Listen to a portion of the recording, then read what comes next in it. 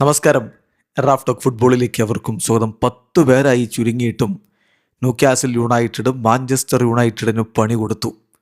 Michael കാരിക്ക് യുണൈറ്റഡിൻ്റെ പരിശീലകനായി വന്നതിന് ശേഷമുള്ള അവരുടെ ആദ്യത്തെ പരാജയം. അവസാന നിമിഷം ഒസൂല നേടിയ ഗോളാണ് ന്യൂകാസിൽ യുണൈറ്റഡിനെ വിജയത്തിലേക്ക് കൊണ്ടുപോയത്. 2-1 വിജയമാണ്. ഗോർഡനും ഒസൂലയുമാണ് ന്യൂകാസിൽ യുണൈറ്റഡിനായിട്ട് ഗോളുകൾ കണ്ടെത്തിയതെങ്കിൽ മാഞ്ചസ്റ്റർ യുണൈറ്റഡിൻ്റെ ഗോൾ ബ്രസീലിയൻ താരം കാസെമിറോയുടെ വകയായിരുന്നു.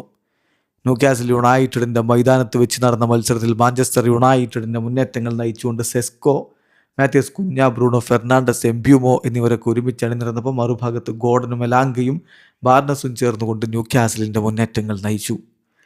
കളിയുടെ ആദ്യ പകുതി അവസാനിക്കുന്നതിന് തൊട്ടു മുമ്പാണ് റംസിക്ക് റെഡ് കാർഡ് കിട്ടുന്നത്. പെനാൽറ്റിക്ക് വേണ്ടി സിമുലേഷൻ നടത്തി റെഡ് കാർഡായിട്ട് അയാൾ പോയി. പക്ഷെ പിന്നാലെ ഗോർഡൻ പെനാൽറ്റി വിൻ ചെയ്ത് അത് ഗോളാക്കി മാറ്റുന്ന കാഴ്ചയും നമ്മൾ കണ്ടു. എന്നാൽ തൊട്ടു പിന്നാലെ കാസെമിറോയുടെ ഈക്വലൈസർ 1-1 സമനില. 10 പേരായിട്ട് ചുരുങ്ങിയ ന്യൂകാസിൽ യുണൈറ്റഡ് രണ്ടാം പകുതിയിൽ പിടിച്ചു നിന്നു. അവർ മാഞ്ചസ്റ്റർ യുണൈറ്റഡിന് അവസാനം പണിയും കൊടുത്തു.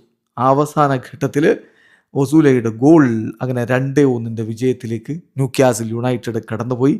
പരാജയപ്പെട്ട യുണൈറ്റഡ് പക്ഷേ ഇപ്പോഴും പ്രീമിയർ ലീഗിൽ 3-ാം സ്ഥാനത്താണ്. 29 കളികളിൽ നിന്ന് അവർക്ക് 51 പോയിൻ്റുണ്ട്. ന്യൂകാസിൽ യുണൈറ്റഡ് 29 കളികളിൽ നിന്ന് 39 പോയിൻ്റോടെ 12-ാം സ്ഥാനത്താണ്. വീഡിയോ അവസാനിക്കുന്നു. ഫുട്ബോൾ ലോകത്തെ കൂടുതൽ വിശേഷങ്ങളുമായി റാഫ് ടോക്സ് വീണ്ടും എത്താം.